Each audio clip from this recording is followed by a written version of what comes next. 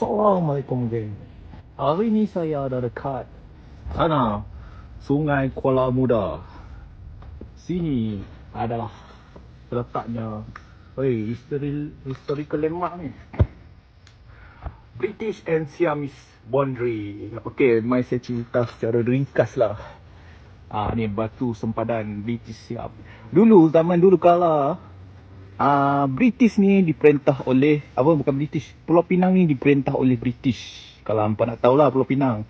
Dan Kedah ini ditakluk oleh Siam semasa perang musuh bisik pada tahun kat situ dia tulis 1831 lah. Sebab tu lah ada boundary ni. Ni boundary antara British dan Siam. Dia sebab apa ada border ni? Siam pada waktu itu yang diperintah oleh Raja Siam ketiga itulah yang kita gelar sebagai Somdetch Phra Chow Yahoi.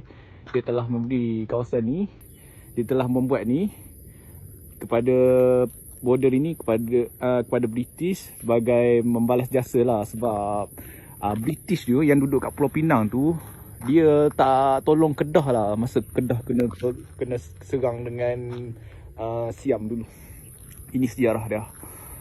Memang sejarah ni memang panjang gila lah. Saya nak cerita lagu mana pun saya tak tahu lah. Ni zaman Sultan Ahmad Tajuddin Mukarram Shah lah. Okay, kalau hampa nak mai sini, jauh jugalah nak cakap tu, memang kena masuk dalam sikit lah. Itu dia. Salam Roger.